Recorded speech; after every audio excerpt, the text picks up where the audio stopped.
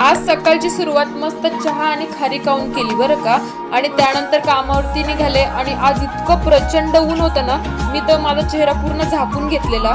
आणि त्यानंतर मग म्हटलं ज्यूस वगैरे प्यावा, पण ज्यूस तर कुठे मिळाला नाही, मला दिसलाच नव्हता. त्यामुळे मग पायनॅपल दिसलं, म्हटलं पायनॅपल तरी खावं. आणि मस्त मला पायनॅपल आहे ना खूप आवडतं. तुम्हाला आवडते की नाही कमेंट करून नक्की सांगा.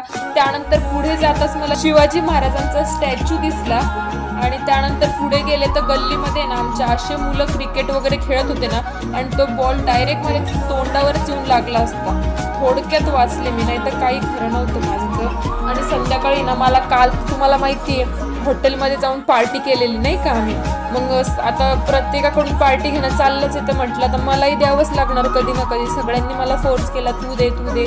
त्यामुळे म्हटलं ठीक आहे चला.